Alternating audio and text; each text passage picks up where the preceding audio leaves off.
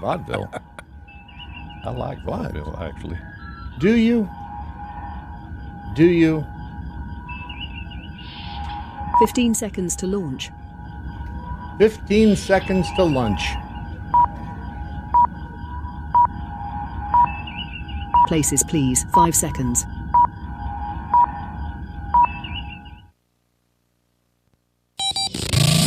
Adjust your mojo. You are about to participate in a great adventure. Now. At age, 60? He's just gonna break bad? Radio with an attitude. This system that we love is broken.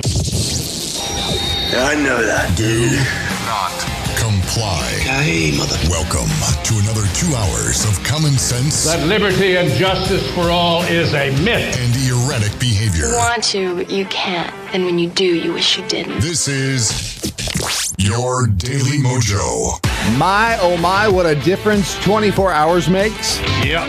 The bloodletting in D.C. continues, and I don't know about you, I couldn't be happier.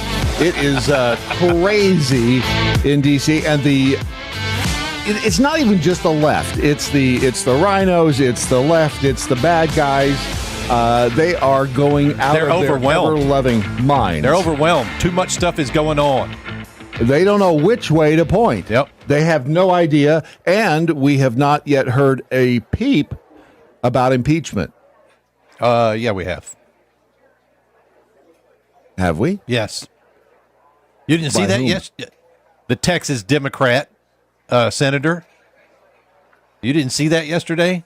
And they said, He is going to push impeachment proceedings for, quote, dastardly deeds done dirt cheap. that have been dastardly done or something. Yes.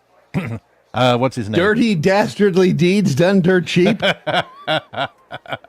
If someone isn't already busy working on that song, somebody should be, because it is delicioso. That would be This- Texas Representative. What is his name? Don't know, but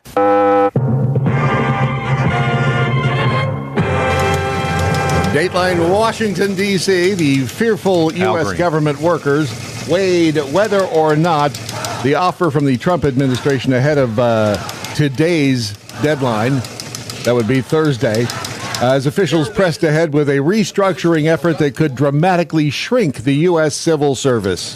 Elon Musk paid over $250 million to help elect Donald Trump.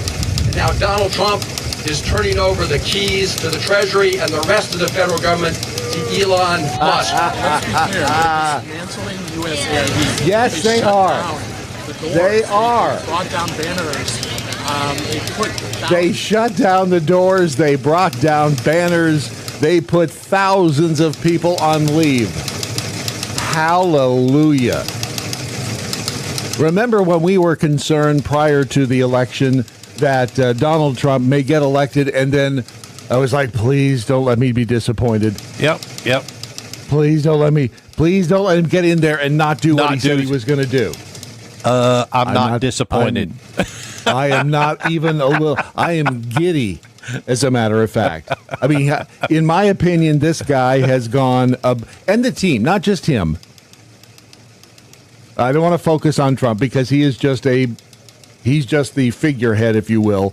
But he is going back to that quote that somebody said just after he took office. He is governing like a man who is wrongly impeached, almost assassinated, and whose give an F button knob is turned all the way down because he has 0 Fs to give at this point. Now, is that the? Should we close out the news sounder there? Maybe.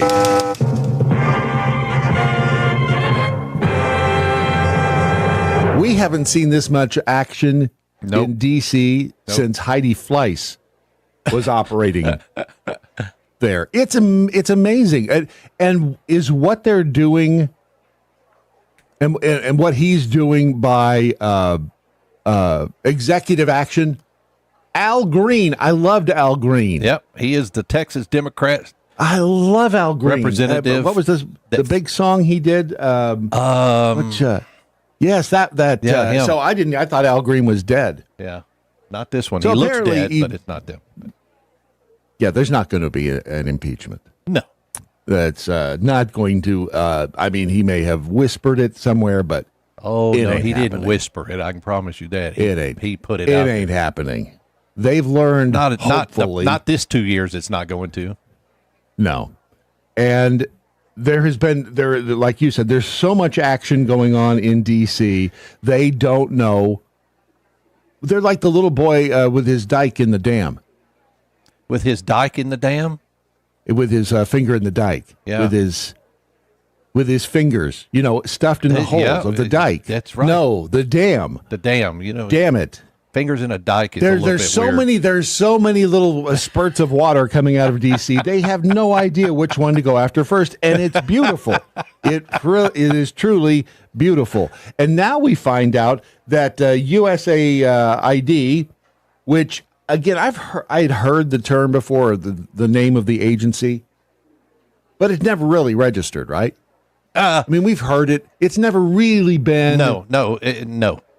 headlines. Yeah. And now we know why. Because it was They didn't need it in the headlines.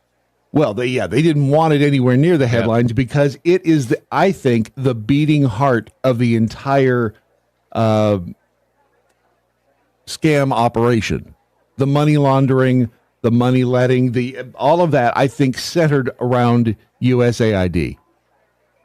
We now find out that they were funding was it $8 million in subscriptions at Politico? Politico, yeah. And AP, from what I gathered. That's it. Well, AP theoretically is a APR. nonprofit organization run by all of the different news agencies. It's a collective, a co-op, if you will. Here is, I know. Hi. Hey, Caroline, how you doing?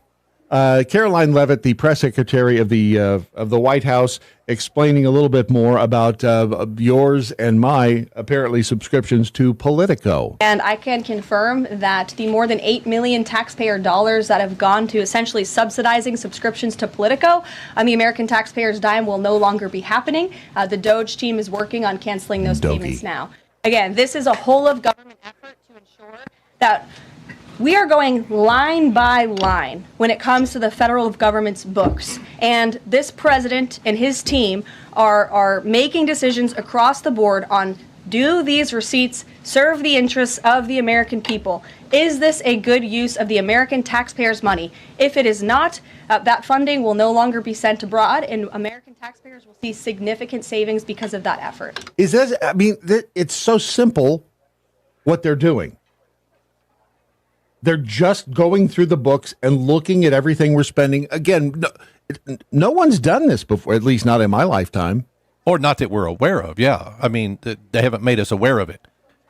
No. This has never been done before, where they're just sitting down, and they did this over the course. I'll guarantee you the Trump team had insiders in Washington in different departments who were quietly whistleblowing because they knew exactly where to strike. Yeah. They knew going in where that's what they've been doing the past 4 years, is quietly sitting back, drawing up the game plan, figuring out where to focus the efforts. And even I think the Vivek Ramaswamy involvement in Doge, and then the sudden dropping out of Doge, I think that whole thing was planned too. Maybe. Yeah. I think every one of these moves has been strategically planned. And I may be wrong, but Trump and his organization and the people he surrounds himself with, the men and women, they are not stupid. They sat down and figured out exactly what to do, when to do it, and were very quiet about it. That says something else. They were really quiet about this whole operation? Because you didn't hear any leaks, did you? No. Before he got, that's what I'm saying. He was quiet. This would not have worked if Trump had run consecutive terms. No, you're right. Yeah. Yeah, He and wouldn't you have did. had time to put it together. Yeah, you called it. You said that that this is the best way this could have happened. That if he had run those consecutive terms, that we would not see the progress that we are seeing. So credit where credit is due. Ron gets a bell. And while we're on it, Ron, I have to admit you were right about something else. You were right about Kanye West and Bianca Censori. What did I say? According to the Daily, you said that he talked her into that. Oh, I said, no, you don't have to be talked into going naked to the. According to the Daily Mail, Kanye West talked the wife into doing the nude stunt at the Grammys. According to sources inside their camp, she much rather would have worn a pretty dress. So, again, good for you. You get 2 gold stars today. Don't F it up. If you'd like to join the program, use the hashtag What I Learned Today on the social medias. You can tag us in your posts at Real Brad Staggs, at Real Ron Phillips. Programming note, before I forget, coming up Monday. Yep. I don't know what we're gonna do differently, but they reached out. Apparently, no one at WBAP listens to this program, which is fine because they've reached out once again and asked me to do 9 to 11 Central Time on Monday morning. And so we will either do the Daily MoJo starting an hour earlier. Which is fine with me, by the way. All right. Yeah. And we'll, for the insiders, we'll once again open up the insider cam for the 8 to 9 hour WBAP show, which is exciting. Yeah. If you've not experienced behind the scenes of a radio program, you haven't lived. Tell me I'm wrong. Yeah, what a special moment for you all. It really, it truly is. Yeah, the Beaver over on the X says, according to the Dispatch, no, Politico did not receive substantial funds from USAID. Various government agencies have purchased subscriptions to its publication since 2016. Okay. All right. And that may be the case. Is that right? Should the government be buying subscriptions to news services like this? Or the purported news service. Politico is obviously a mouthpiece. Which is probably is that right for them to be doing? I wouldn't suspect that they all have subscriptions to Fox Nation, let's say. Right. 4 years ago, Yeah. Now, I'm willing to go out on a limb and say that Politico would likely comp subscriptions. Probably. To government workers. I'm not saying it's right. I'm just saying it's. Now, would that be any more? And this is it's a kind of a slippery slope. Do we have our federal government tax dollars going to subscriptions like this? Is it fair to support? Because that's what you're doing when you buy a subscription, just like here at the Daily MoJo. And you can do that if you'd like to support this program. The government did not, by the way. You can go to thedailymojo.com. You can donate. You can have buy a long-term subscription. You don't have to, but it's just a way that we keep the doors open because, it's tough, again, finding quote-unquote advertisers in this type of a format, even though it's popular format. But according to the Dispatch, who runs my first question is always who runs the Dispatch? Let's see here. They have several newsletters: the Boiling Frogs, Capitalism, the Collision, Dispatch Faith, Dispatch Politics, Staff. Jonah Goldberg. I know the name. but I couldn't tell you anything about him. Let's see. I'm just going to type into a search engine here. Jonah Goldberg, never Trumper. Because I think, he's a never, according to Reason Magazine, the liberal fascism author and co-founder of The Dispatch talks candidly about the weird state of the contemporary political right. Huh. Tells you, I mean, that's generally the case, is that you'll find whenever, and it's been this way, since newspapers were newspapers, you'll generally find that... Sorry, I went to your wide shot and it's not there. I'll fix it. Go ahead. Okay. In any event, I tend to believe that there were tax dollars going to support Politico and the rest. Lady Cougs over in the Daily MoJo chat room. You can see it in her face. She's a sex slave? Wait a minute, who? Who's a sex slave? Is she talking about Caroline? She's not talking about Caroline. Caroline Levitt? Huh. Weird. Is she really? I mean, we know she has daddy issues. I mean, we know that. But, over in the Rumble chat room, the whole crew's there. Missy, you've got a what? I don't know. She has 13 minutes. I don't know what that means. Jennifer Dewar says, love you on WBAP. Thank you. It's funny because I think in that format, end up talking, about 5 minutes an hour? Because of all of the commercials. So the USAID, I'm going to call it a scam, a scandal, however you want to look at it. It is much worse than I think any of us thought. Michael Schellenberger, who was one of the journalists who put out the Twitter files, he has a piece that he put up on Twitter. And it talks about exactly what the machine of USAID was doing behind the scenes. And we'll get to that here in a second. First, a quick note about MojoMyPillow.com. Do you know what is happening in 8 days? What's that? 8 days. You better have the answer to this. My birthday. Is your birthday the 14th? Oh, no. Valentine's Day. No, my birthday is in... Are you drunk? 11 days. Okay. Yeah. I knew that. I mean, now I've ruined the surprise. I guess I'm going to recall all the dancing girls. But over at MojoMyPillow.com, if you'd like to buy a nice, soft, fuzzy gift for your Valentine, you can find it over there on the sale rack.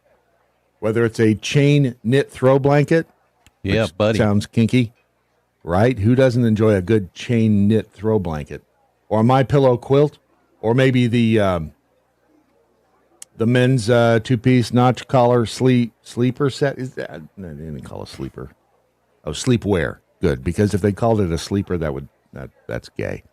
But you'll find all sorts of... Men don't wear sleepers to bed. I wear PJs. I don't wear sleepers. Okay, exactly. That's what I'm saying. Pajamas, nightshirt, whatever, but not a... I'm going to go put my sleeper on. Okay. I'll wait here. But you'll find whatever you need over there at... and even there's some Christmas stuff on sale. Oh, a tree wrap. Look at that. Tree skirt. Look at that. My Tree Pillow skirt Christmas for stockings. 1988. Yeah. This is the time to buy Christmas stuff, by the way. I mean, when it's off season, that's when you find all of the big sales right now over at MojoMyPillow.com. So if you're looking for a gift for Valentine's Day or just want to stock up for next Christmas, MojoMyPillow.com. The Daily Mojo. If you missed yesterday's program, that would be yesterday, Wednesday, February 5th, 2025. You can go back and listen to it on Spreaker. You can listen to it in the app.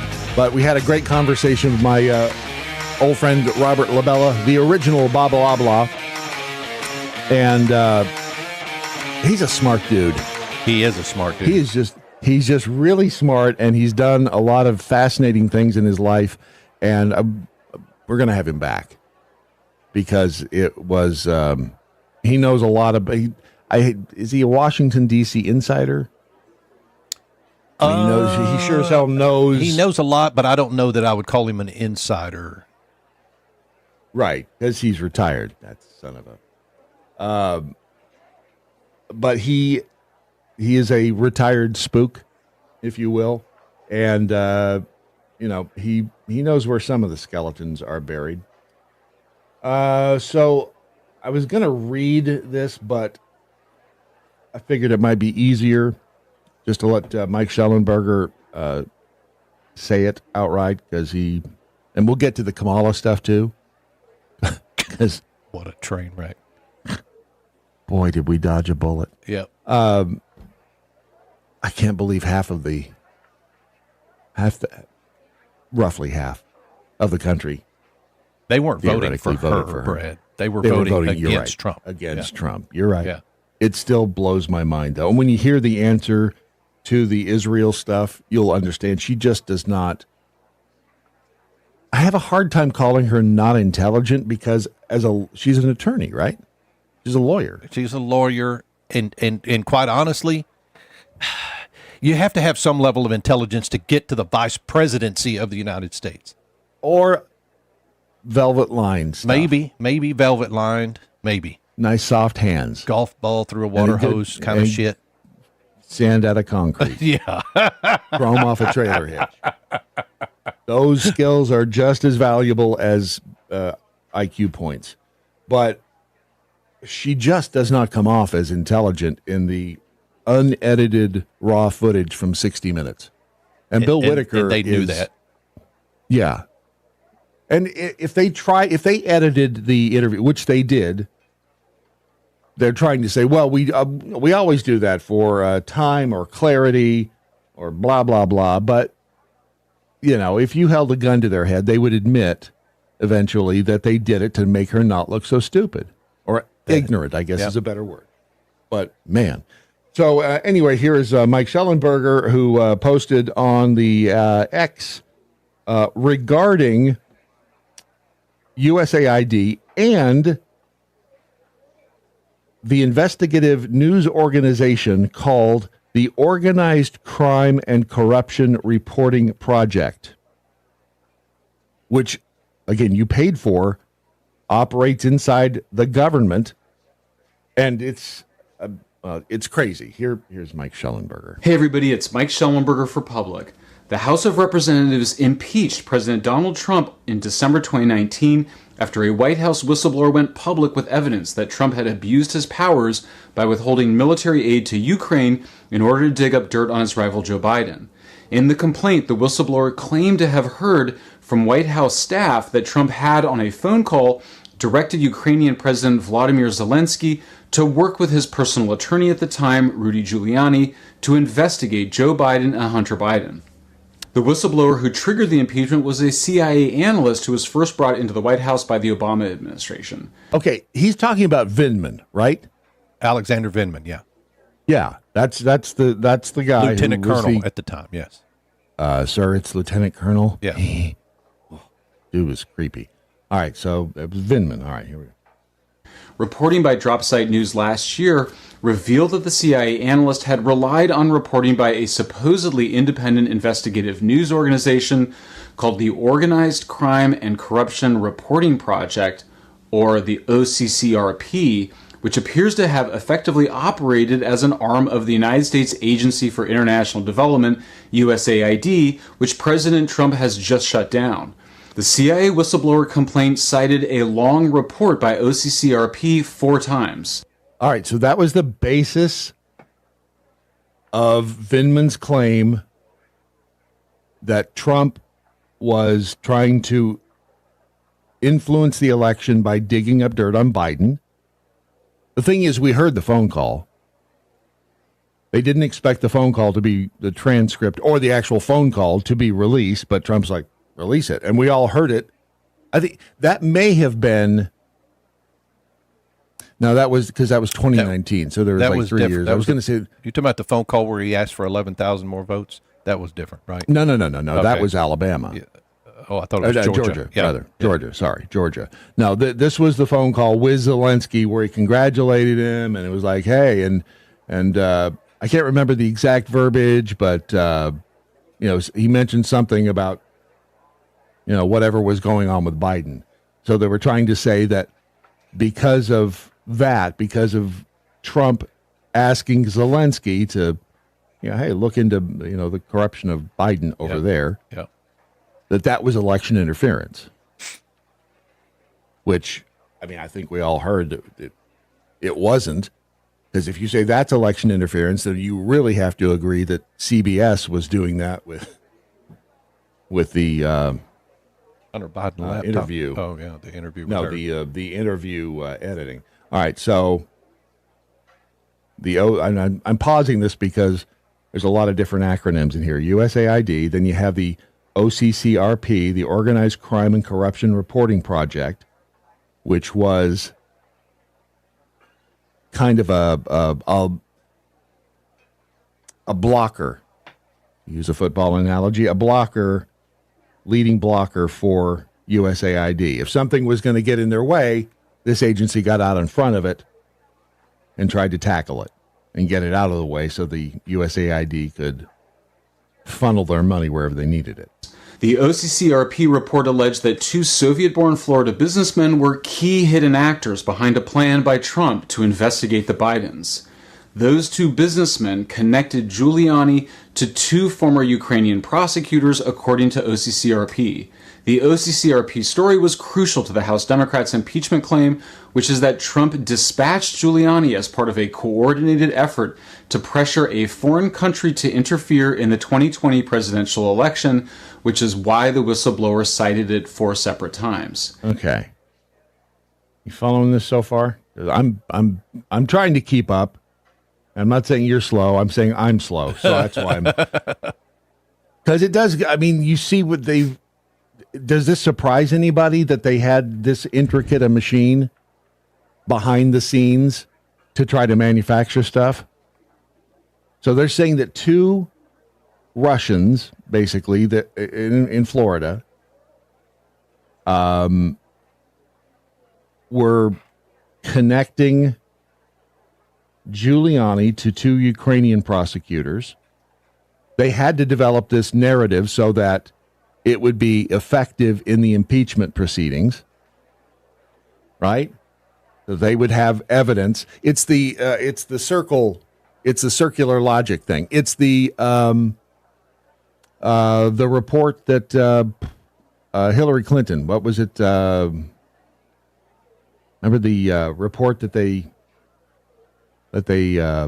paid for? Oh, the hell was the name of that? I know what you're talking about. Yes, that one. So same kind of thing, creating this narrative behind the scenes so that they could cite it in the impeachment. All right, I'm following. I'm getting this. All right, here we go back to Schellenberger. In a 2024 documentary that the German television broadcaster NDR made about OCCRP's dependence on the U.S. government, a USAID official confirmed that USAID approves OCCRP's annual work plan and approves of new hires of key personnel. NDR had initiated and carried out the investigation with a French investigative news organization called Mediapart, an Italian news group called Il Fatto Quotidiano, Reporters United in Greece, and Dropsite News in the United States. However, according to a Mediapart story published the same day as the Dropsite News article, NDR censored the broadcast after U.S. journalist Drew Sullivan, the co-founder and head of OCCRP, placed pressure on the NDR management and made false accusations against the broadcaster's own journalists who had been involved in the project. Wow. So they were going to release this documentary that was not favorable to USAID because it exposed what was happening and basically exposed the what the hell is it called? The Organized Crime and Corruption Reporting Project as basically just a propaganda machine. They were going to expose that, and in turn, the dude who founded the Organized Crime and Corruption Reporting Project was like, no. You're not going to put that out there because that kind of pulls the curtain back, and we can't have that. And so they blackmailed them.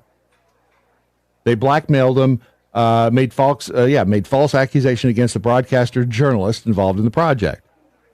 We have pictures of you with small rabbits, whatever. All right, see, again, this is how, is that surprising? No, because they played dirty as hell, which again is, I think, the key lesson that Trump learned in the first 4 years of his presidency. On December 16th, Drop Site's Ryan Grimm posted a link on X to the 26-minute-long documentary. NDR, Germany's public broadcaster, is facing a censorship scandal, he wrote, and it's defended itself by saying it never killed a news report about OCCRP and its State Department funding because no report was ever produced to kill. That was absurd, wrote Grimm, and dozens, maybe hundreds of journalists knew it to be false. And now, of course, someone has leaked it. Wow. So the public broadcaster in Germany says, oh, we never even did the documentary. There's nothing to...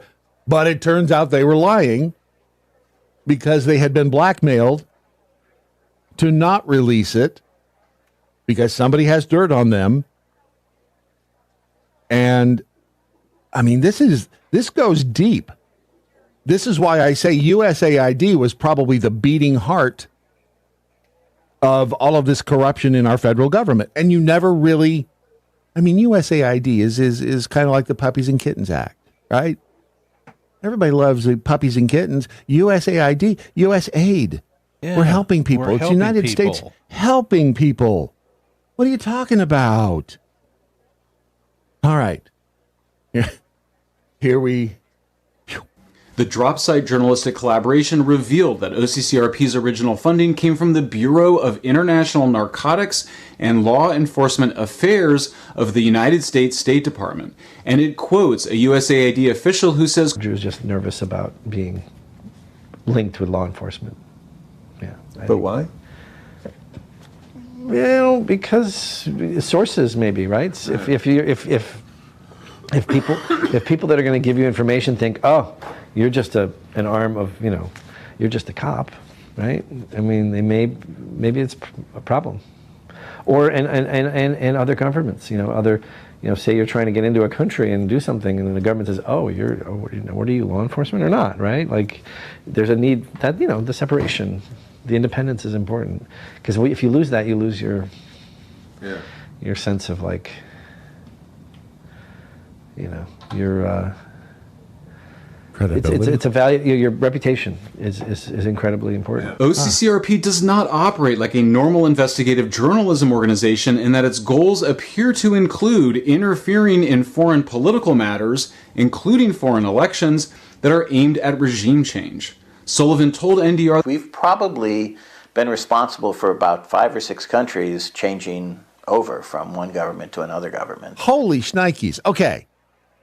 We've said this before, too, that why is it so unbelievable or outlandish to suggest that CIA, FBI, our intelligence agencies would be involved in trying to influence our election here in the United States? They do it all the time in other countries. In other countries, they do it all the time. Yes. Right. This guy just admitted that. And... well, but they would never do it here because that's not what they're supposed to do. Oh, and I trust the government. Right. Wow, this is all fascinating and disturbing at the same time. Because and getting and people. Prime ministers indicted or thrown out. As such, it appears that the CIA, USAID, and OCCRP were all involved in the impeachment of President Trump in ways similar to the regime change operations that all 3 organizations engage in abroad. The difference here is that it is highly illegal and even treasonous for CIA, USAID, and its contractors and intermediaries, often called cutouts, to interfere in U.S. politics in this way.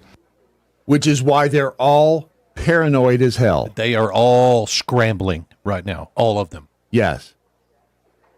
The Trump machine must have had investigations behind the scenes, again, very quiet, going on the last 4 years to find all this stuff out with whistleblowers. Yeah. Again, and smart whistleblowers who didn't make their presence wildly or widely known. Knew how to get to the right people. Okay. Whew. All right, let's see. He's got a little bit more here. In response to questions that we sent to OCCRP, it threatened to file a lawsuit against us. The premise of your article is factually false and defamatory, wrote Miranda Petrusik, the editor-in-chief of OCCRP, in an email to us. The claim by Dropsite News and partner media that USAID has control over editorial appointments has been disproven, she wrote, and we suggest you read our response to that. But neither OCCRP nor anyone else has disproved Dropsite's allegations, and Dropsite stands by them. And the evidence does not support OCCRP's claim of journalistic independence. If you're not already... Wow. Yep.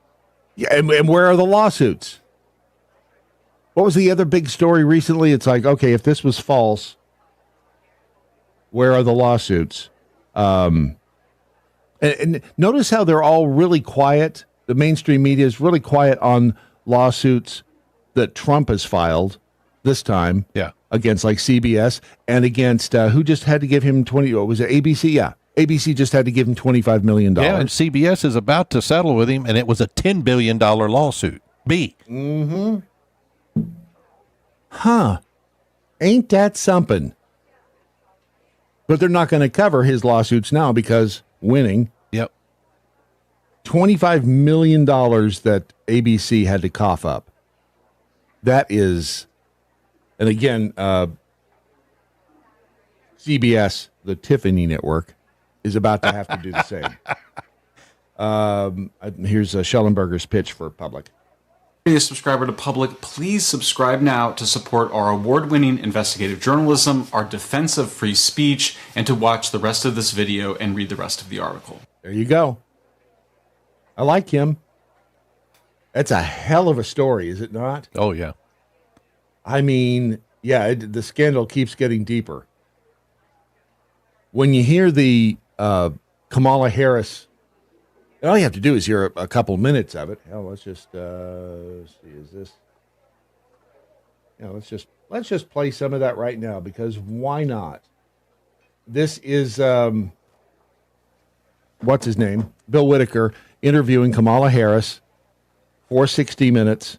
That was the heart of that whole scandal, quote unquote, over whether or not they edited her words to make her sound, smarter. We have done has resulted in... Let me back that up a little bit to the question. Including Arab leaders. But it seems that Prime Minister Netanyahu is not listening. The Wall Street Journal said that that your administration has repeatedly been blindsided by Netanyahu. And in fact, he has rebuffed just about all of your administration's entreaties. Well, Bill, the work that we have done has resulted in a number of movements in that region by Israel that were very much prompted by or a result of many things, including our advocacy for what needs to happen in the region. What? What? Many things that have happened there are a result of... I kind of see what she's trying to say. She's just not saying it very well because I'm not sure she fully understands exactly what it is she's trying to say. And we're not going to stop doing that. All right. We're not going to stop pursuing what is necessary for the United States to be clear about where we stand on the need for this war to end. Just one last, do we have a real close ally in Prime Minister Netanyahu? I think, with all due respect, the better question is, do we have an important alliance between the American people and the Israeli people? And the answer to that question is yes. She dodged the question. She did. Not what I would consider artfully, but she did dodge it. You can watch the rest of it. I mean, it's what you'd expect, because she has the talking points, but she doesn't have the benefit, I don't think, of understanding what it is that should or needs to be said. Or what should be said is completely antithetical to what she believes, because she's not, she doesn't stand behind Israel. She stands behind the quote-unquote Palestinian state. And that's the thing about Trump. He'll tell you what he believes, but he doesn't sugarcoat it. He puts it right out there. Now, is by doing what CBS did, by editing down her words, is that election interference? It is. I think it probably could be considered that, yes. It certainly is, if you think about in terms of the laptop, because it influences it influences a person's opinion of who she is and what she stands for. It falsely influences it. That's the problem. Right. Yeah. Right. Yeah, it's not. It certainly isn't impartial. Make them believe what you want them to believe. Right. Impartial would be, here's what we shot, here's her answer, you decide. Here's the question, here's the answer. Yeah. I mean, what it's they not a good did look for was CBS, let's just say that. No, it isn't. And again, we forget that it's the public airwaves we own, although it wouldn't seem to be that we own the public airwaves, but we do. As the American public, we own the public airwaves, and is what the FCC, is what Trump is asking the FCC to do, investigating it, right? Or is that political retribution? You decide. Yeah. Tell you, Phil Bell has some words in his morning update. This is Phil Bell on the Daily MoJo with your morning update. Today is President Ronald Reagan's 114th birthday, and it's interesting that it comes the day after it was found out that the federal government has been subsidizing the Politico. That's right, the Politico, the most establishment of establishmentarian news sources, the most inside the beltway of inside the beltway news sources there is. Politico has been subsidized by the U.S. government to the tune of more than $8 million. And I want you to think about why this is significant and what it has to do with Presidents Reagan and Trump. You see, the Politico is a mostly free news source. Almost everything they put out there you can get by simply going to their website, and it's free for a reason. It publishes the official narrative. Whatever the folks inside the D.C. Beltway want all of us outside the D.C. Beltway to know, they tell the Politico and other similar organizations like Axios and so on. That way, they can make you think that anything that we outside the Beltway say, think, or believe is not true. Oh, no. The federal government isn't bad. Oh, your tax dollars are being spent wisely. Oh, it must be done this way. That's why the Politico is there. And that's why the federal government spent more than $8 million. You got it, $8 million, so that its employees could have access to a free website. That money wasn't for subscriptions. That was a subsidy. And that underscores what President Trump and what President Reagan was fighting against. Every day, they, who were reformers in two different eras, have been fighting against an institutional bureaucracy that will do anything it can to not only maintain itself in order to keep the paychecks flowing, but maintain the idea that we, the people, cannot govern ourselves and should not be allowed to. Therefore, as you celebrate President Reagan's birthday today, and as you cheer on President Trump, I want you to leave below this video your comments on what we, the people, can do to make sure that government never gets out of hand again. I've been saying this a lot over the past few weeks, and I want to underscore how important it is. We can't just clean things up now. We must make sure this never reoccurs. What I also want you to do is download the Daily MoJo smartphone app and enable notifications. That way you'll be up to date on the latest craziness and good stuff coming out of Washington, D.C., and you'll know how to share it with others. Thank you so much for choosing the Daily MoJo, and we'll see you down the line. Phil Bell's morning update is only on the DailyMojo.com. The Daily Mojo. Turbo cancer. Is that just a vaccine conspiracy? Turbo cancer. Turbo cancer. The reason I bring it up is that Freebie 38 over in the Daily Mojo chat room put this out there. Hang on a second. I'll get it to you. It's a story from going back a couple of years, but Pfizer makes $43 billion bet that turbo cancers are going to explode around the world. We've seen a lot of people get cancer. Is it, and remember, okay, why, and I don't know about connecting dots at this point, but the whole Biden cancer moonshot thing? I wonder if that's involved in this somehow, because there's obviously money in that.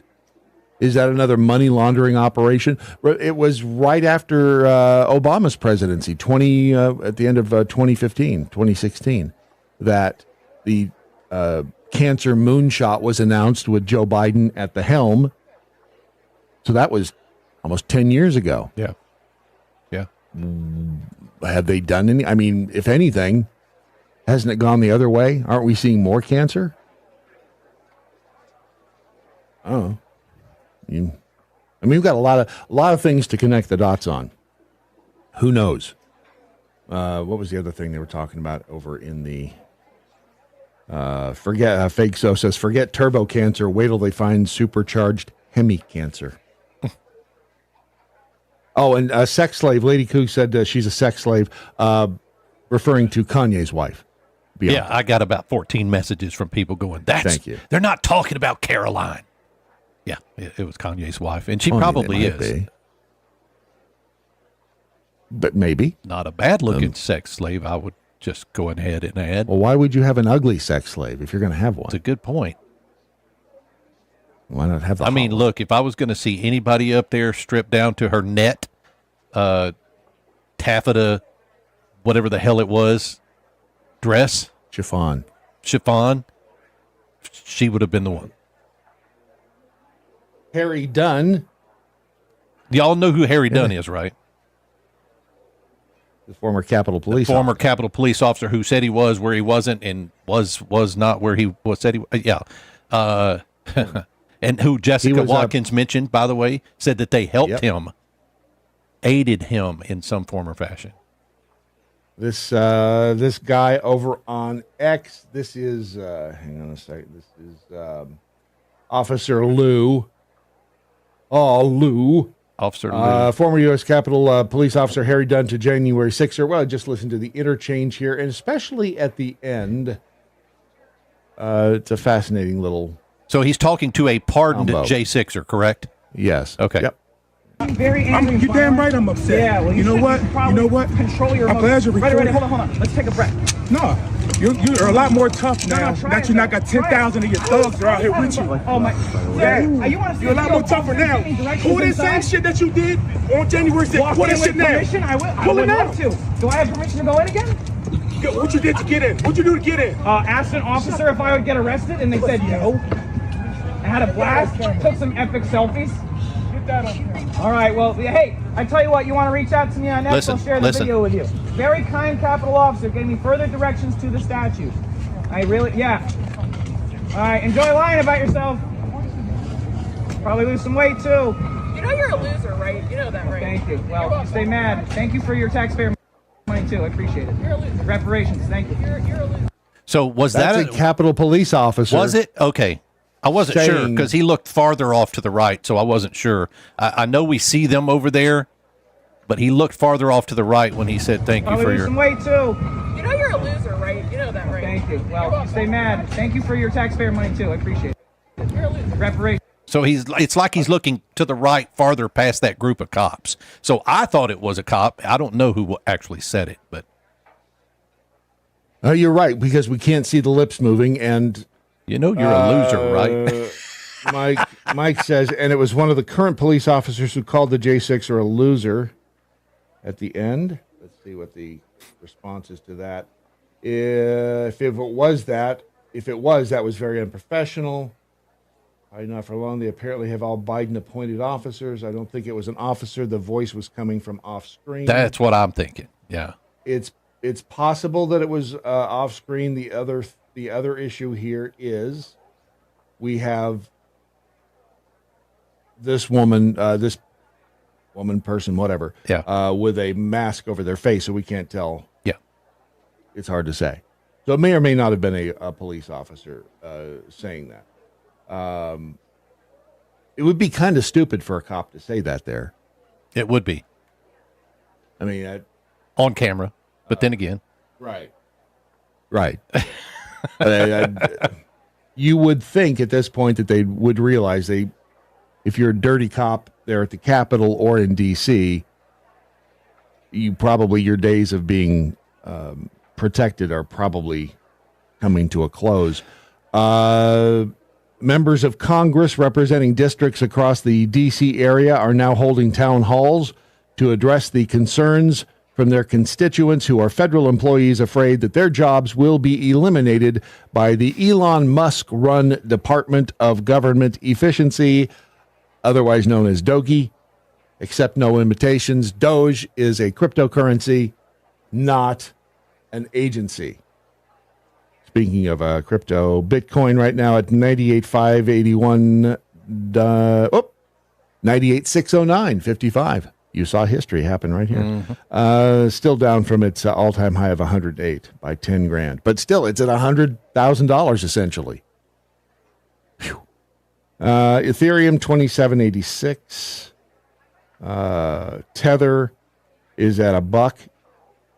And Ripple, XRP is at 241.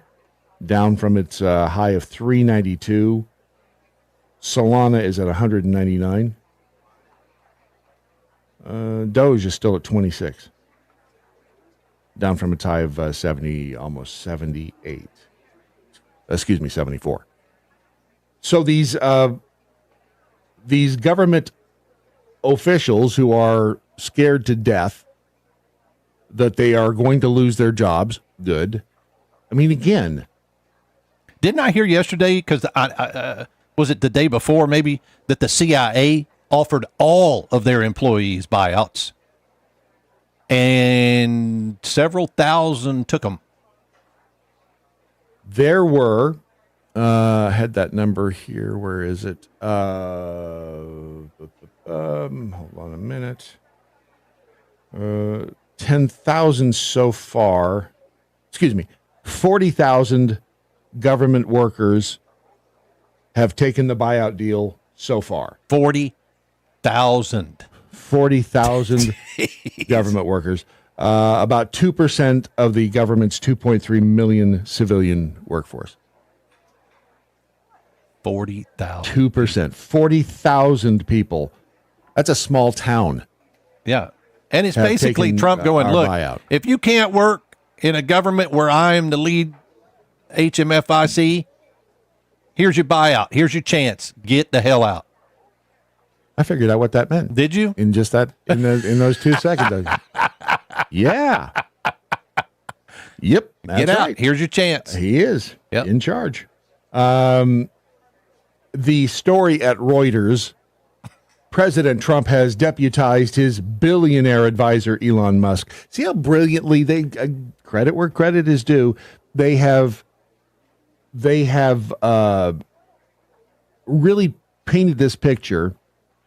What's the opposite of idolized? They have villainized Elon Musk. Yeah. Oh, yeah. Because this guy was, again, a sweetheart of the left. because of Tesla. He was a sweetheart. Everybody loved him on the left. And suddenly he's this evil billionaire who is, and what's he doing? He's cutting the fat out of government. The government and they're should pissed not, about it. Yeah. That's the weird thing. Because Why are the you gravy so train, freaking mad? The only reason that they should be mad is that their gravy train is getting cut off. That's the only reason. And the only thing they can stand on is their complaint that his programmers have access to your personal information.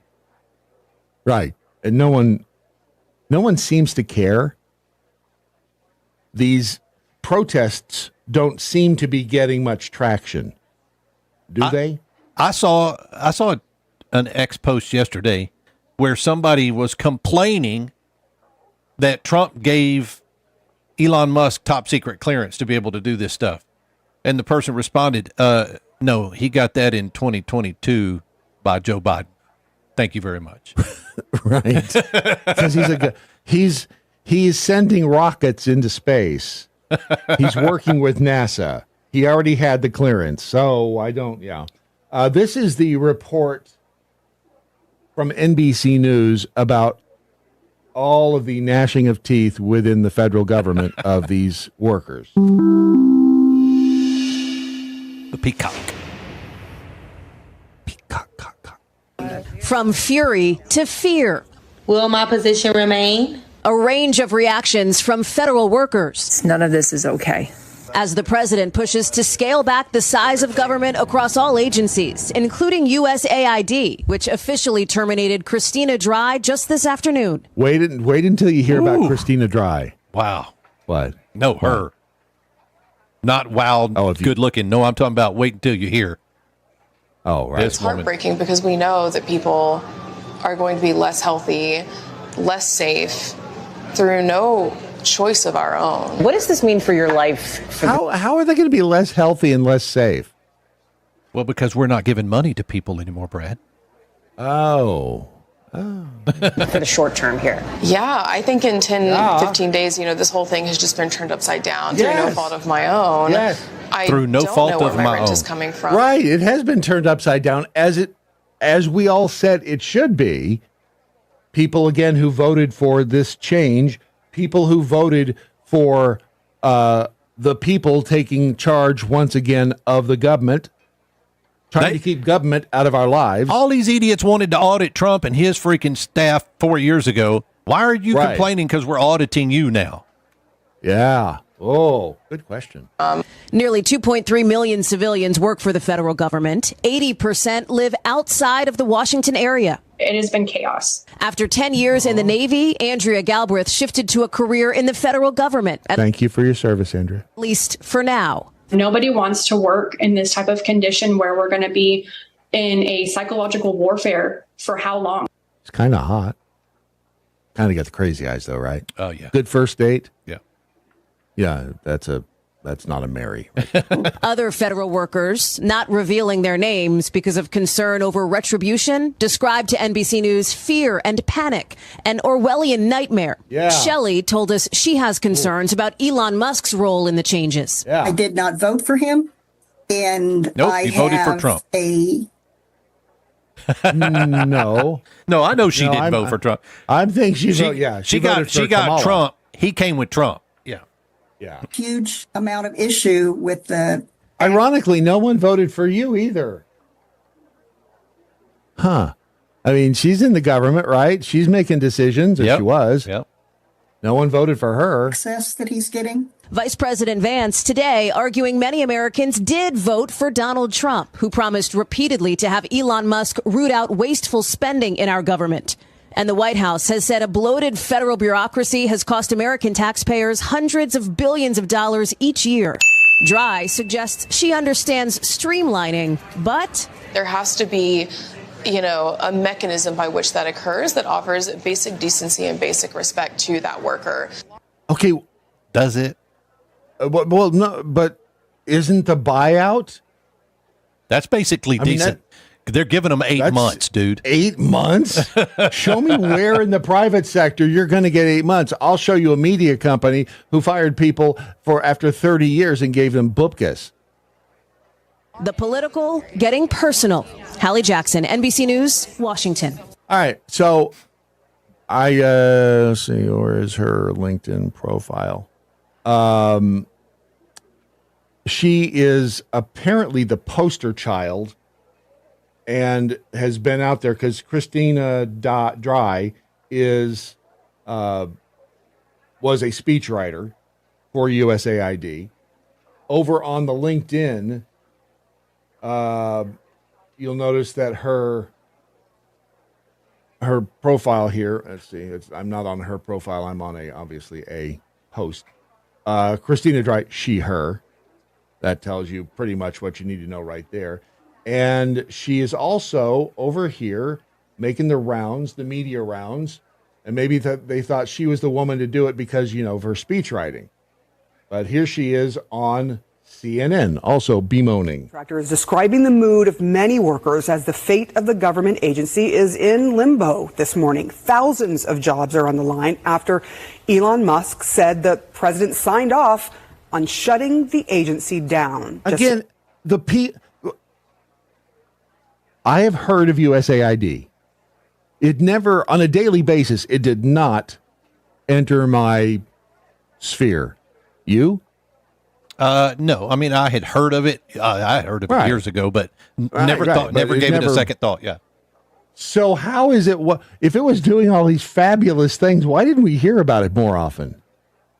Why wasn't it in like the top of the news cycle? Oh. Yesterday, USAID employees in Washington were told to stay home. Keep your fascist hands off of USAID. Yeah, Musk and Trump, fascists. Joining me now is Christina Dry. She is a speechwriter for USAID and was one of the many employees not allowed to go into work. Thank you so much for joining us. I know this is a difficult time personally and on a larger scale for you because you believe in the work that USAID does. You have said that people could die if funds are cut off to the places that USAID funds. Do you mean that literally? Yes. Yes, first of all, thank you so much, Sarah, for having me today. It has been a tough time, but yeah, I do believe that people will die without this work. USAID, provides life-saving care to people around the world, medical care in the form of PEPFAR, HIV access vaccines. They also provide. She's reading a list. Critical food aid to people who are starving. They provide critical support around the world in conflict zones and otherwise. And without this support from the U.S. government. She was recruited to do this because of her speech writing. Her profile on LinkedIn, she calls herself a champion of peace and human rights. And she writes, I was raised to do the right thing. I never thought that would bring me to CNN to shed light on the atrocious experiences I and my fellow USAID colleagues have had in the last 2 weeks. This is a milestone that is not celebratory. What does this have to do with sex? I don't know. It is a milestone that calls for action and engagement as members of a shared community. USAID needs to be saved. It directly impacts American security around the world.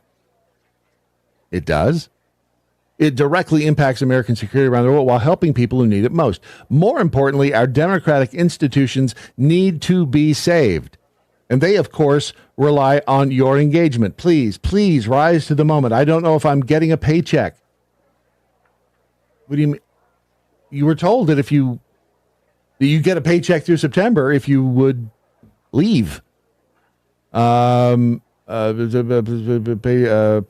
I certainly was not given the dignity of saying goodbye to all of my incredible, amazing, outstanding, and talented colleagues and friends. I don't know what's next, but I know that I will always speak out for what is right and against what is wrong. You can't call the people you worked with and say, see ya? And at USAID, people will die around the world, and it's a heavy thing to feel as someone who's worked so hard for it. Okay, so again, they're trying to make this seem like cats living with dogs. It's going to be horrific. Which again, all the right people are screaming. I'm more, look, she's talking about people dying all around the world. I'm more worried about people dying in this country because we can't afford to help them with whatever their needs are. No, we're giving money to illegal immigrants that are not from this country. We're throwing money left and right to other countries and other people for, Sesame Street. What is it? Sesame Street, something or another in South Africa. Drag shows. Or whatever. Whatever the case may be. See, they forget. Yet you've got veterans, U.S. veterans, living on the street here because they can't afford anything because the government just said, screw you. Yep. Doesn't make any sense that she's on TV saying this shit. Nope. And finally, people are waking up. Finally. Thank you, Elon Musk. You can send me a car if you want to show your appreciation for my Send appreciation two. for you. Blue. Send two. Yeah, blue for me. I kind of like blue. Yeah. Yeah, blue. Two of them. I'm partial to the blue. Model S, but I'll take anything. Thanks. Whatever. I don't even care. Just that's just a way of saying thank you. I will take it. Yeah, absolutely. But thank you. In the meantime, if we could be sending emergency food supply packages to people everywhere. And if we did it through preparewithmojo50.com, we'd be saving money because right now it's on sale. You save $50 per each 4-week emergency food supply kit. It's pretty simple. Don't depend on the government. Don't depend on others. Depend on yourself to be ready for disasters. Makes you wonder if Christina Dry, she, her, has her own emergency food supply. I guess we'll tell. We'll see in the coming weeks. The website is preparewithmojo50.com. You're listening to the Lunatic Fringe of American Radio, the Daily Mojo. Over on the X, I am Mr. Davis. The USAID scandal would explain why presidential pardons were flying out of the White House before Biden left. But I feel it's the tip of the iceberg. I totally agree with you. I think we're just starting to see the insanity of what was happening inside the D.C. walls.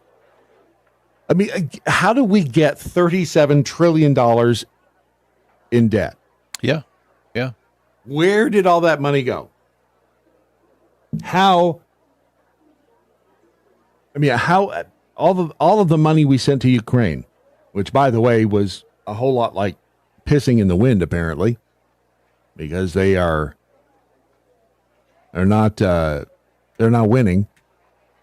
Remember what we were told the Russian forces were, it was decrepit and this and that, and it would last a month. Yeah, we just had to help Ukraine knock them down, and yeah, they lied about that too. Weird. The other thing we were sending money to that Pam Bondi put a quick stop to as soon as she said "I do" yesterday. Mm-hmm. Sanctuary cities. She's shut money, DOJ money, to the sanctuary cities down immediately. Good. Want to thank David Scheel for sending. You can grab the overhead shot here because I didn't have another place to. Right there, you see the 76 flag down here? Yep. He sent that yesterday. It looks like it has been flown. It looks a little weather. There is a story behind it. Did he send the story with it? No. That's what I was going to. Hang on just a second. He did send it to me. Please. Hang on just a second. I'll see if I can find it here. Oh, you got the story? Yeah, because he asked me if he could mail it to us, and I gave him the address and stuff. Oh, all right. Well, I was and honestly, I went to the post office box because I saw Lizzie B tweet yesterday about white chocolate chips, and she said, "Enjoy the cookies that I sent you." He says cookies. Yeah, he says. He says, "I have a flag that was made for the bicentennial in 1976. If you would like to have it, let me know where to send it." Awesome. It has 13 red and white stripes, a blue field in the upper corner with 13 stars around the number 76 in the center of a circle of 11 stars. The other 2 stars are one in the upper left and one in the upper right of the blue field. This is sent for his birthday. He sent it to us. Excellent. It is awesome. So this was made for the bicentennial back in '76. Yeah, he said I got the flag from my mom's house after her passing. It wasn't folded properly and has some creases in it. I tried folding it how I was taught in the 6th grade when the 6th grade students had the honor of raising the flag each morning and lowering it at the end of the day. So there you go. I was in 6th grade in 1976. I was 10 years old. And I remember Sierra there's that School. flag right there in the bottom kind of left center of your screen. Yeah. The flag that says 76. Yeah. And that's not its permanent location. I just have to figure out where and when the interior decorators come back in. So thank you, David Shield. They don't come in every day. Yeah, thank you, brother. Absolutely, and that's incredible. That will have that's a 50-year-old flag. Yeah, yeah. That's crazy. It's weird. I mean, we're when old. you find something, it's well, we're older than that. That is so cool because again, back in '76, there were 200 million people in the country. And again, I remember that because of the Burger King commercial. 200 million people. No two are quite the same. What are we at? Each doing 330, things their own way. 350 million now? 340. Yeah, that's what they say. But with the illegals, I'm going to guess. That number's inflated. I get it. I'm going to guess we are at 400. Crazy. That's crazy. I know. Isn't that wild? Twice as many. No wonder the freeways are crowded. There's got twice as many damn people in this country. And while we're walking down memory lane, why don't we just... I discovered this on YouTube this morning, I believe. It's from 15 years ago. And after my rant on Monday regarding Xfinity and how they suck, this is by Dave Carroll. It's after he flew on United Airlines and they beat the dog shit out of his guitar. And he, went to them on several different occasions and they basically said, yeah, it was suck it. Yeah. Too bad. We're not doing anything about it. And being a, I guess, musician and comedian, he wrote a little song that is called United Breaks Guitars. And because he couldn't get any satisfaction from United Airlines after he wrote this, it's had so far 26 million views to the point that it even affected their stock price, according to the stories.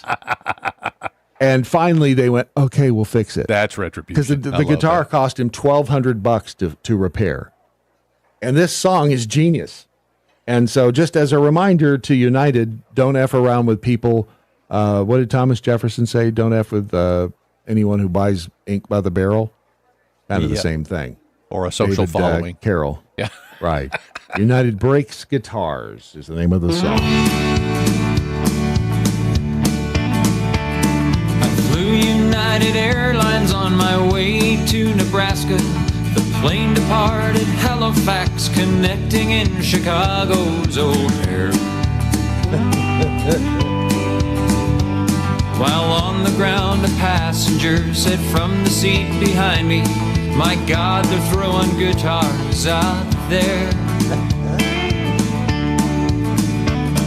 The band and I exchanged a look, best described as terror, at the action on the tarmac and knowing whose projectiles these would be. And so before I left Chicago, I alerted 3 employees who showed complete indifference towards me. United,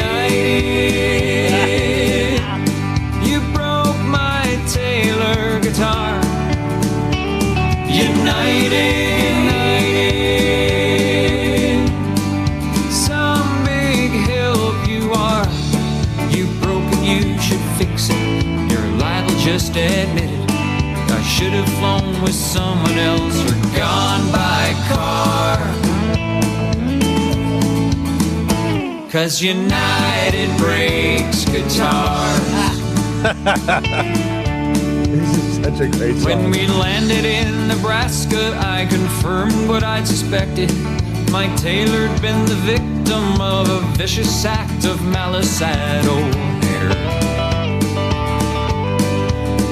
And so began a year-long saga of pass the buck, don't ask me, and I'm sorry, sir, your claim can go nowhere. So do all the airlines people from New York to New Delhi, including kind Miss Earlwig, who says the final word from them is no. Miss Earlwig. I've heard all your excuses, and I've chased your wild gooses, and this attitude of yours, I say, must go. United, you broke my Taylor guitar. United, some big help you are. You broke and you should fix it. You're liable, just admit it. I should have flown with someone else or gone by car. 'Cause United breaks guitars. Well, I won't say that I'll never fly with you again, 'cause maybe to save the world I probably would, but that won't likely happen. And if it did, I wouldn't bring my luggage, 'cause you'd just go and break it into 1,000 pieces, just like you broke my heart when United breaks guitars. United, you broke my Taylor guitar. United, some big help you are. You broke it, you should fix it. You're liable, just admit it. I should have flown with someone else or gone by car. 'Cause United breaks guitars. Yeah, United breaks guitars. Yeah, United breaks guitars. I love that song. That is like the best song ever. The Daily Mojo. No Taylor guitars were damaged or harmed in the making of that video, by the way. His name Dave Taylor? Dave Taylor, right? I can't remember his name. I don't know. The reason I even thought of it was because I was watching Nancy Mace. God, she pissed off some people yesterday, didn't she? Holy This is crap. so good. It is so good. This is like the revenge of the nerds. Everybody who's, you can't say that because that's offensive. Blow me. Blow me. Here she is in a, I don't know what the hell meeting this was, but this is the interchange between her and the chairman and some other dude. Mr. Chairman, parliamentary inquiry. Yes, sir. The gentlelady has used a phrase that is considered a slur in the LGBTQ community and the transgender community. And let me please finish without interruption. And tranny. I don't really care. You want penises in women's bathrooms, and I'm not going to have it. Okay. No, thank you. It's disgusting. Let the gentleman. Tranny. I mean, it's just. Please do not use gendered language to address everyone. People are just tired of it. Oh. We've just had it up to our nose hair with all of this stupidity. There is a South Park. Somebody responded with the South Park, one of their episodes where, is it Cartman? That's Cartman. Decides he's going to go into the women's bathroom, so he puts a bow in his hair. Any longer! You all push me to this! He puts a bow in his hair. sorry, I don't know the care. I think they're funny sometimes. But then he goes into the women's bathroom, girls' bathroom. What the hell do you think you're doing? I'm going to the potty. This is the girls' bathroom. All right, I need to tell you something, Wendy. I'm transgender. What? Did you notice the bow? I'm not comfortable with the sex I was assigned at birth, so I'm exercising my right to identify with the gender of my choice. Now get out of my way, I have to take a shit. Get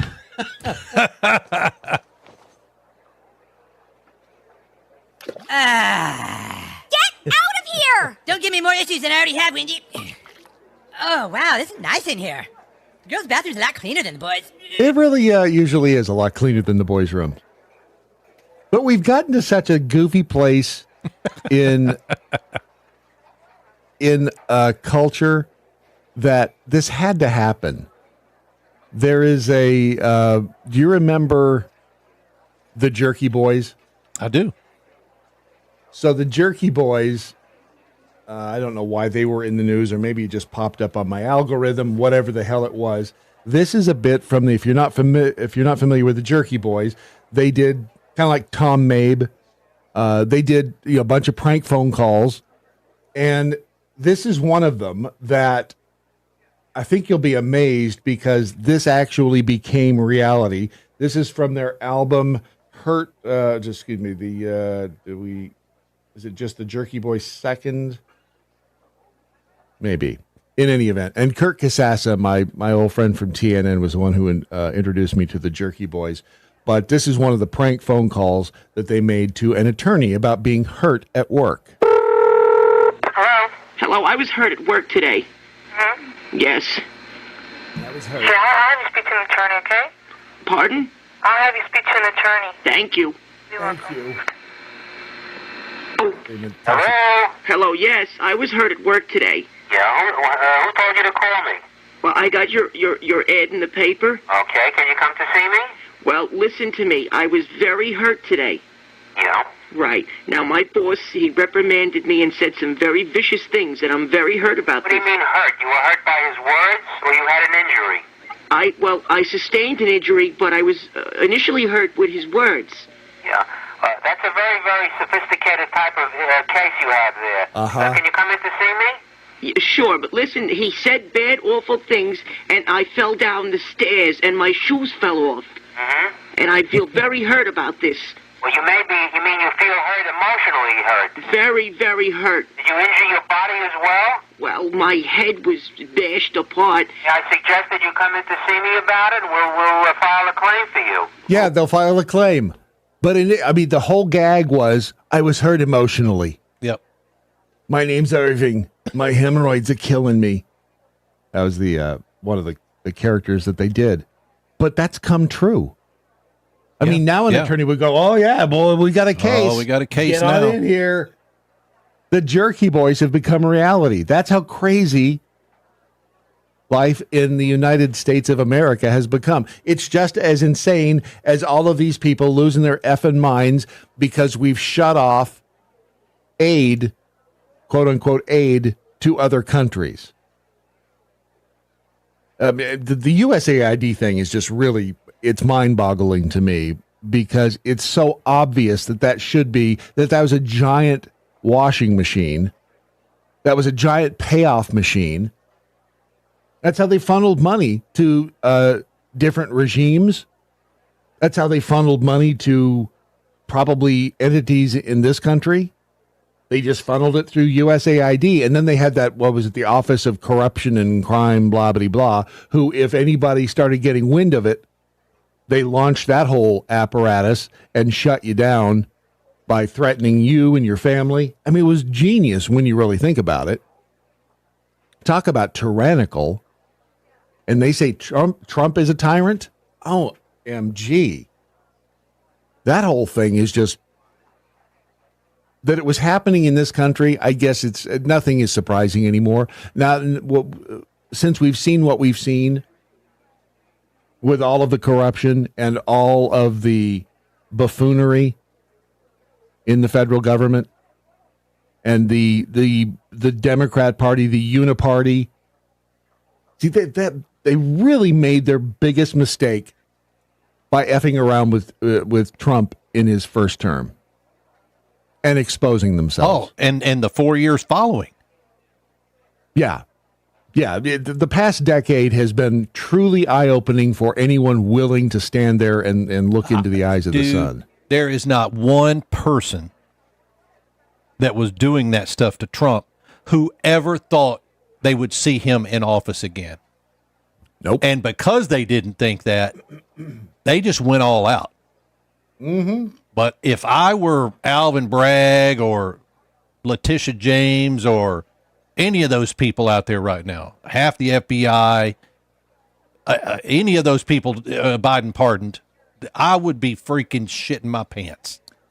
In the words of Sergeant Dokes on Dexter, surprise, mother effer. Yep.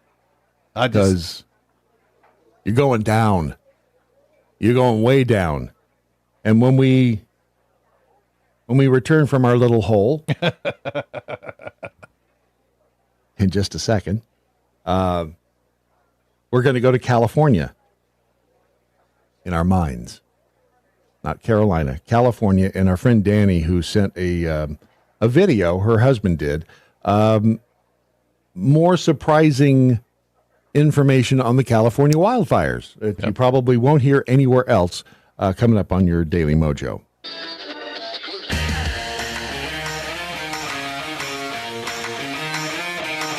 Watch and listen at thedailymojo.com. Hey, we're back. Look at that. How fast that was. Quick stop over at the X. Lizzie B said the winds keep pouring in. The left is losing their minds and can't keep up with Trump and his team. Yes. Yeah, Brandon says, and I don't know which Brandon this was. Oh, it was the Brandon Morse. Says, wait, so Politico was the real NPR the whole time? Right. And he'd gotten away with it if it had been for those darn kids. I'm rewatching Dexter right now. Love this show. Thank you, Beaver. Surprise, mother effer. Dokes is a badass. Wade Robertson, I was playing hide and seek at the church as a kid and thought I would hide in the woman's bathroom so no one would find me. There was a damn couch in there and flowers. My mind was blown as a 9-year-old boy, right? It's true. Women have nicer bathrooms than men do. That's why we can't have nice things. Missy 13. I'm asking for prayers today. My daughter's soon-to-be in-laws are having surgery today. Her mother-in-law is giving her husband a kidney this morning. Wow. Oh, wow. Because he's in kidney failure. Man, that is love. Oh. So throw up some prayers for Missy 13 and the soon-to-be in-laws. All right. Headed out now to California. This video, when you sent it to me, kind of shocked me a little bit. And then later in the day, I saw a clip, the clip that he plays in his video. I saw that clip on X. Somebody else had posted it too. Oh, really? Yeah. Well, he maybe from his video, but it's not surprising. So let's say. No, this is Danny, who has done some work for us here at the Daily Mojo and is a listener of the program. Her husband has a YouTube channel called 1,000-Day Journey. It's a weight loss, weight loss journey, right? Yeah. And so he was out doing his thing, I guess earlier this week, and came across something interesting as he was driving back home after he had received an alert about the fires, the wildfires. Just things you need to know. And there's a web camera at the top of the hill, and I look on the camera and I can see the smoke, and she's going, oh my God, yeah, there's a fire right here. So here's my wife home alone with all the dogs. I'm trying to get back here. It's 4:30, so it's rush hour, and we've got all the fire trucks coming up here. What started the fire? Oh, it's funny. Gavin Newsom, Mayor Karen Bass, Adam Schiff, Brad Sherman, they all want to tell you every time these fires start, it's climate change. Well, just like the guy walking around 2 weeks ago with the blowtorch who started the Kenneth fire, well, We had another face of climate change happen here on our road. Some guy, Hispanic, didn't speak English. Thank God for our neighbors. Here on our canyon road, we watch each other's. We have each other's back. People driving saw this guy bent over, doing something in the bush, and now all of a sudden there's smoke, and he caught the bottom of the hill on fire. And, yeah, neighbors came out, held him. This is amazing. Chased him down. Disappointed. Why do we even call the police? Because, and this is my point. The politicians lie to us. Yes. They lie. And the second, well, they can't look bad. That's the point. They lie because it makes them look bad. So you've got the one illegal who was caught with a blowtorch, and I don't know if this guy is illegal or not. But in this country, we don't know. The media won't follow up. Just like the riots last night, where they shut down. Neighbors positively identify the suspect. Is he an illegal? Beats me. I mean, would it surprise you? Not me. He's out there starting fires. Is he crazy? Is he doing it for attention? Is this some sort of a plan? Are they trying to burn California down? I don't know. But you sure as hell won't hear about it from the mainstream media, because you can't blame the illegals. You can't blame the Mexicans. But damn, can you imagine and seeing this guy lighting stuff on fire? What would you do if it was your neighborhood? Got there and pistol whipped the shit out of him? Or do you call the cops and let them deal with it? I mean, he said, I wish the cops hadn't shown up, because they were taking care of business right there. Right. So, again, the YouTube channel is 1,000 Day Journey. I tweet that. Yeah, I did think I tweeted that out. So go ahead and give it a like, subscribe, etc. But that's Danny's husband doing the channel. And California is and I hate to see it, but it's a freaking mess out there.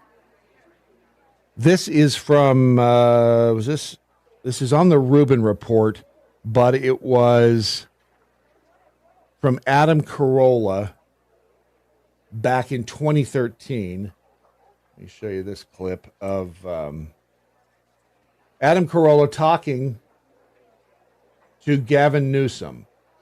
And I'll play Dave Rubin's part in here as well, since he did the hard work. All right. So Dave Rubin on Adam Carolla interviewing Gavin Newsom.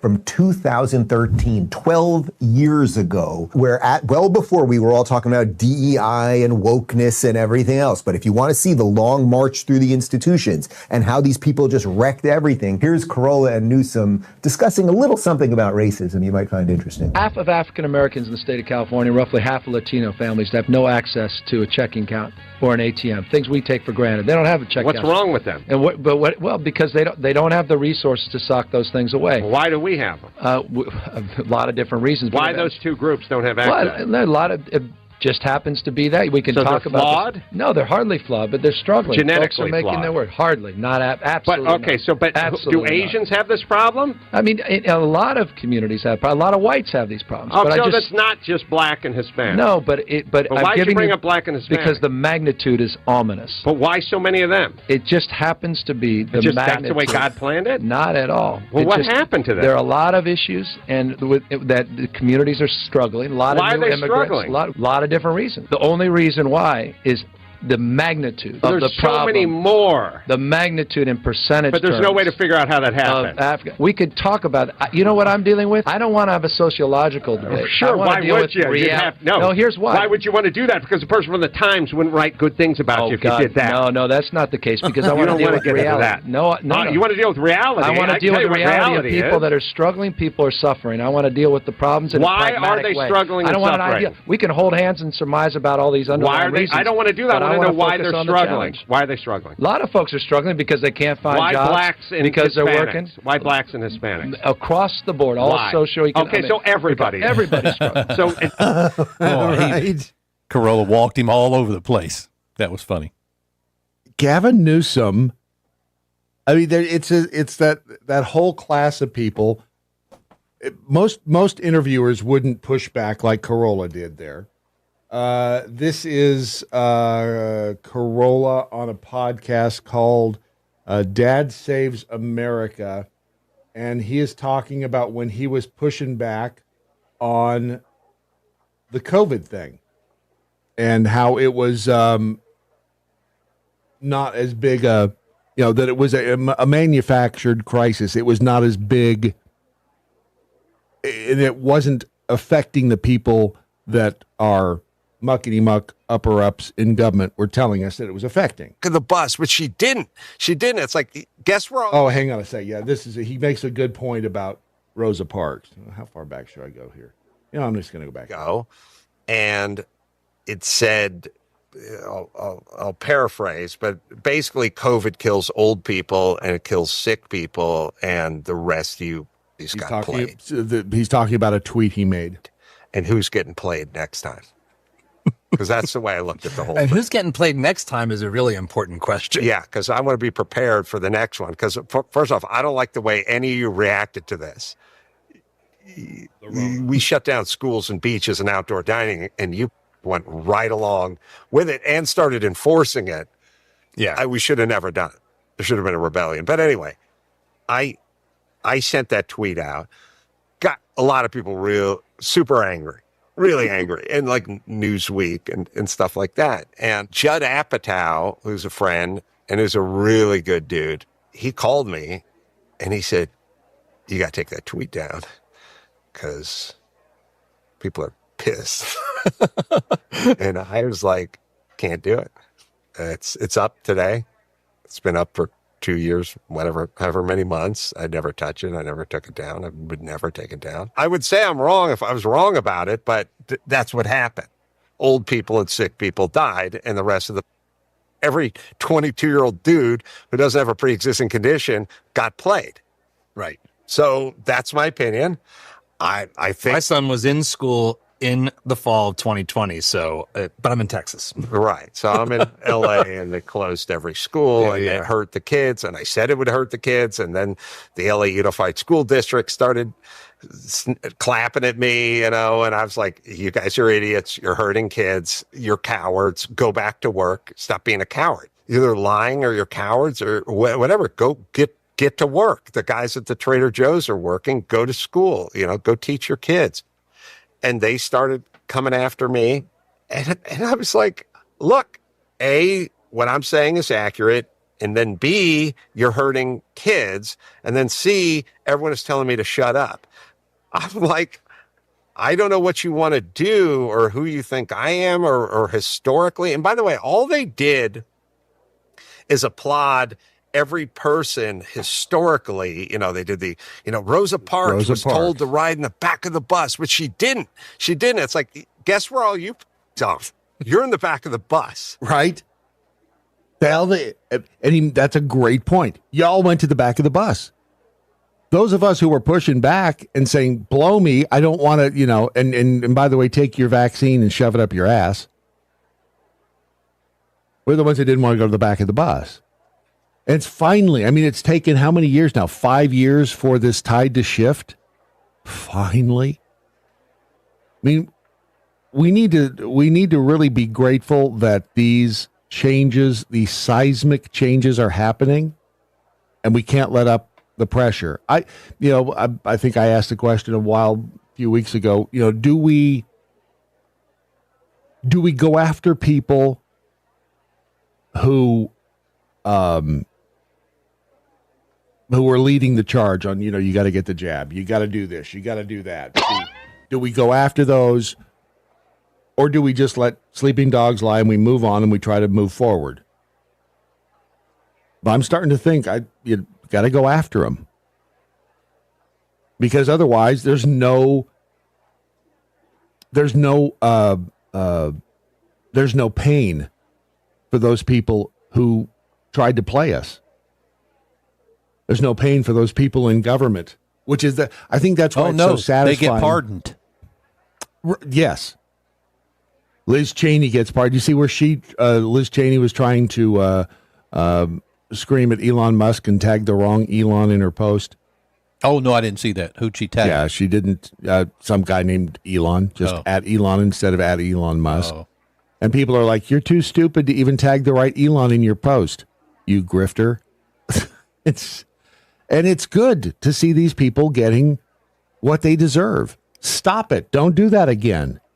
I hope. We're tired of it. At some point, Trump's administration decides, you know what? They got pardoned for this and this, but let's still make them wonder if we're coming after them by going and looking here and here and here. Yeah, keep looking for all this stuff. Yeah. Keep looking for how they are spending our money and bent us over. Keep looking for all of these things and go after the civil asset forfeiture people.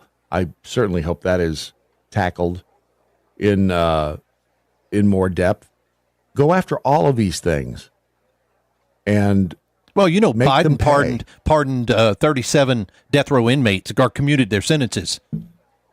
37 federal death row inmates. He commuted their sentences in the last few days of his administration.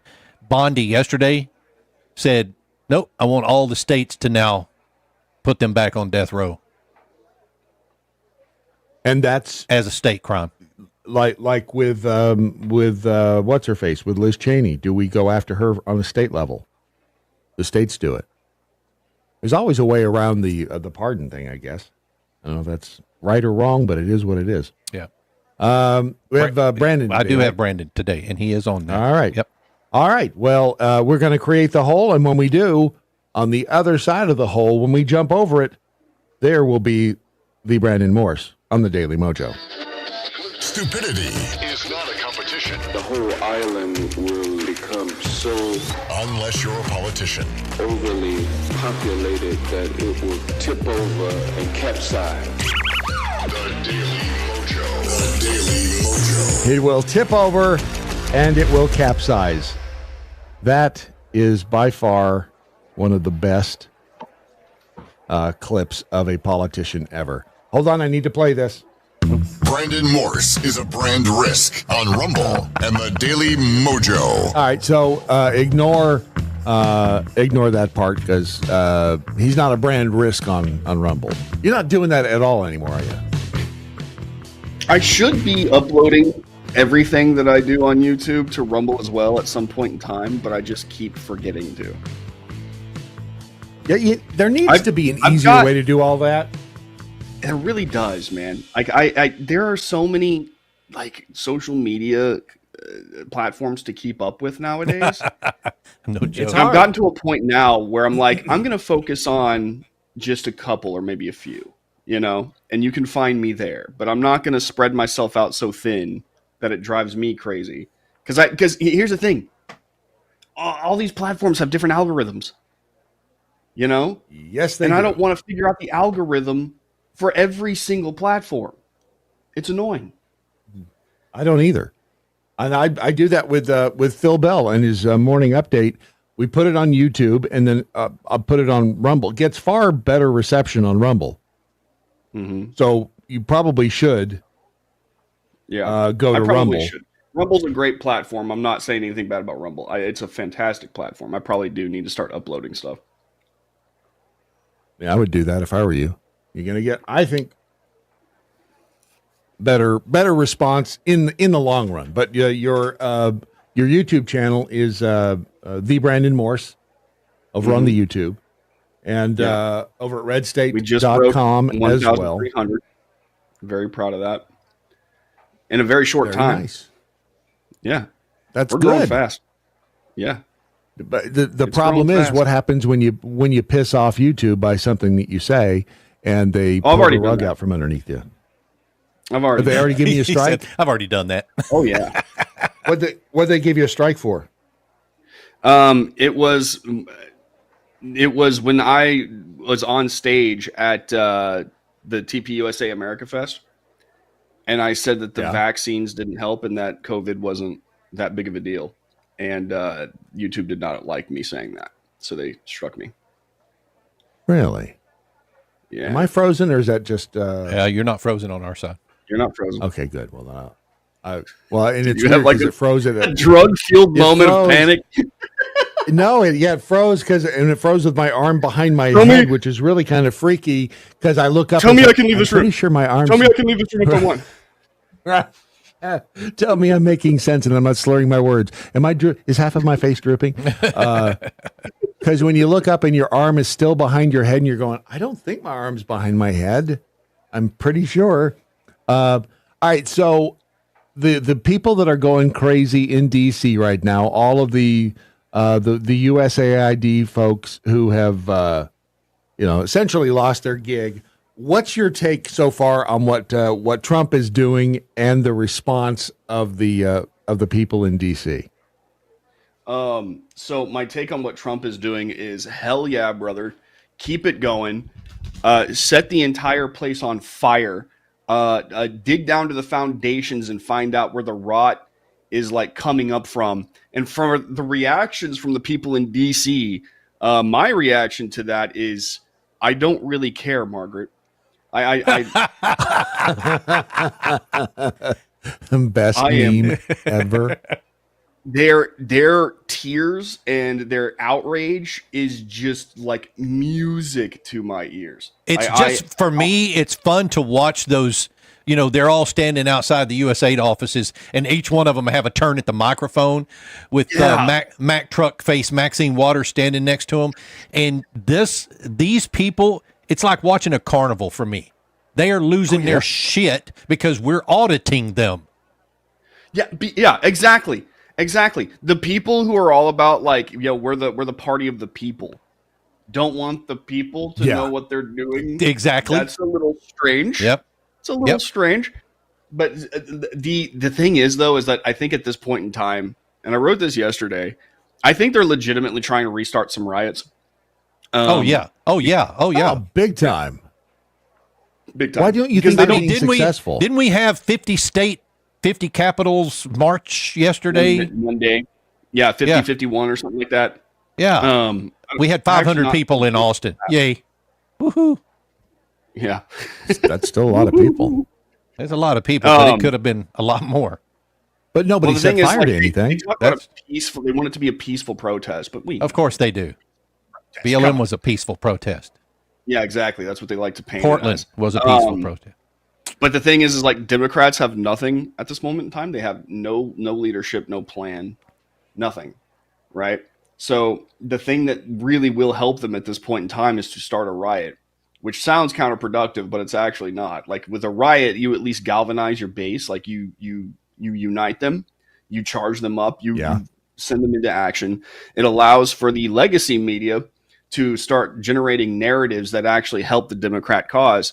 And while it's probably not going to convince a lot of people, it will at least convince some people. Because, I mean, like, we are pack animals as a species. So seeing a whole bunch of people gathered together like that for one single cause will kind of make that cause seem like it has some sort of legitimacy. And so the more easily led or the uninformed will see that and be like, oh, well, maybe there's actually something going on. We need to pay attention to it.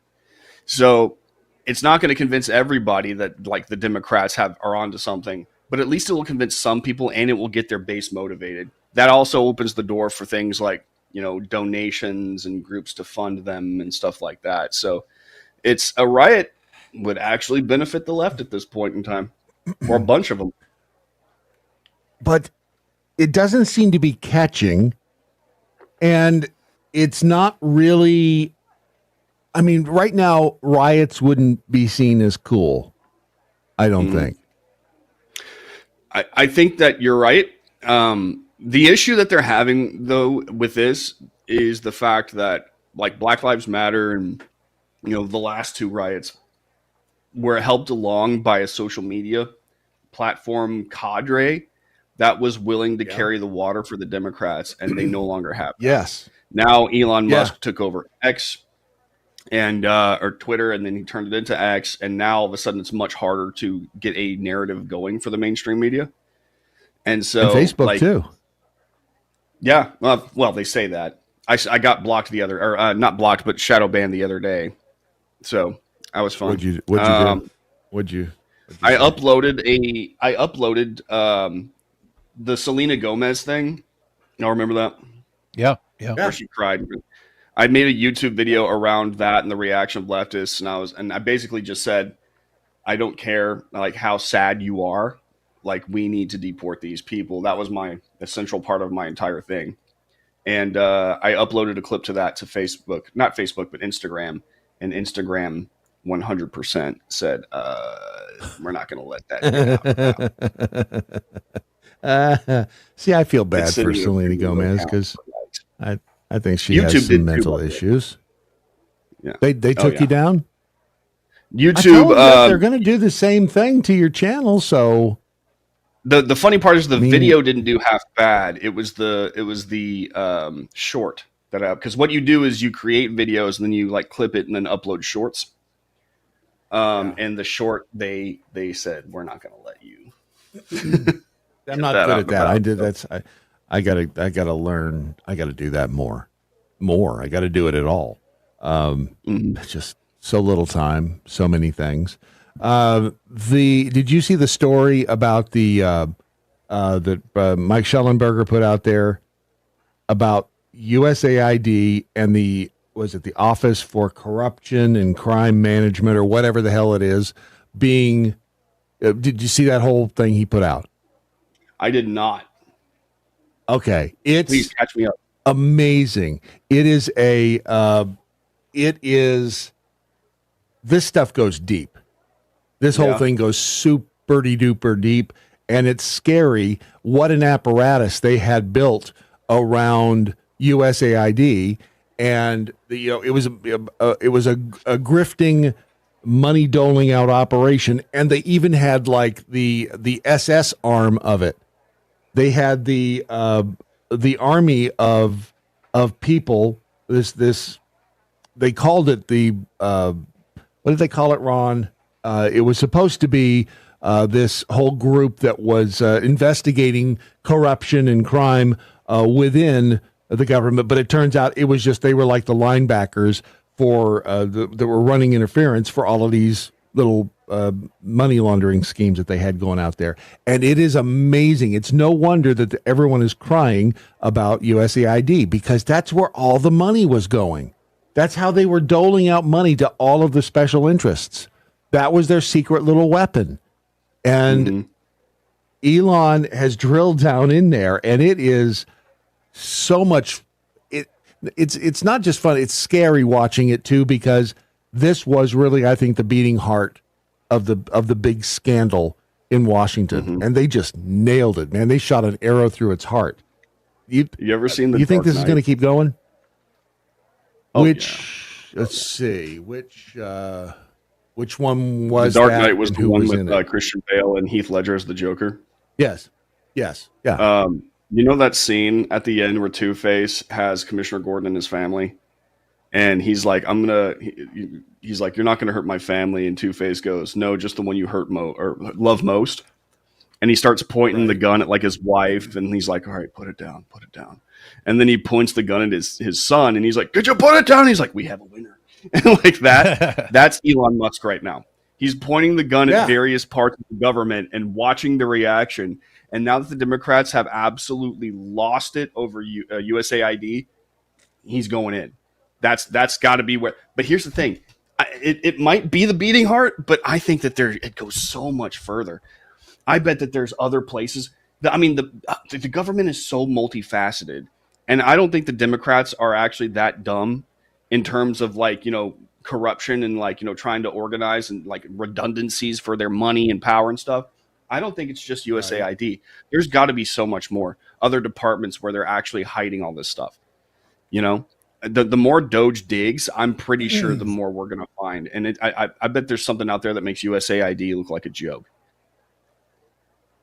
I think you're probably right, and that's even more terrifying because this was a pretty big money machine. that they had going. Like, for instance, the whole Ukraine thing, billions of dollars to Ukraine. Right. And he only Have you gotten to the bottom of that yet? Yeah, he only got, what, 75 billion? Is that what he got 75 million or something, and there was 100 billion or something not accounted for by him. That's going somewhere. Where is it? Where's all that money? I don't know. The numbers wow, there's a website called ukraineoversight.gov. That's not a joke. As of September 30th, the U.S.-Ukraine response funding totals nearly $183 billion, with $130 billion obligated and $86.7 billion dispersed. U.S. sent $200 billion. According to YouTube One India News, Zelensky Trump breaking, U.S. sent $200 billion aid to attack Russia, and it's missing.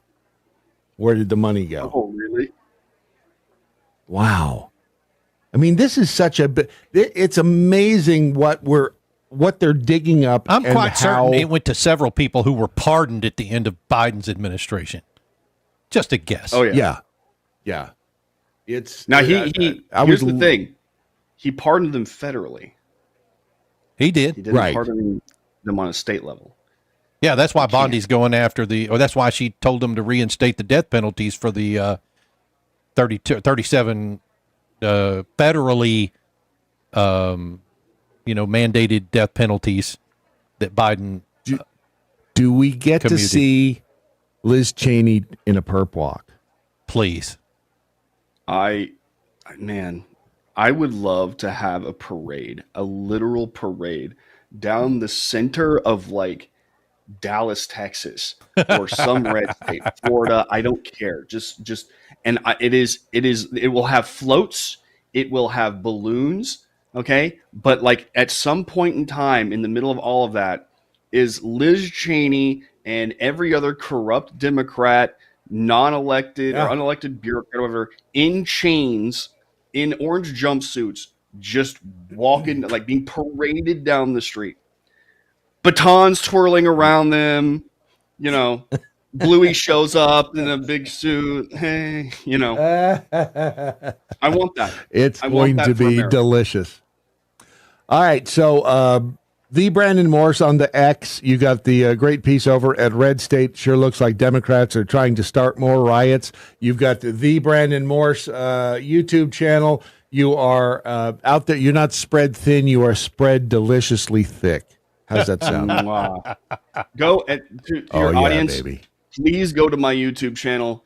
Watch the videos all the way through. Leave a like. Definitely leave a like and subscribe. It really does help. The likes really do help. And leave a comment. All interaction helps me. So we're trying to build this thing up. Help a brother out. Why don't you build me up, Buttercup? There he is. The Brandon Morse. Thanks. We'll talk to you again next week. And that, as they say, is that. What do you mean it's let's go?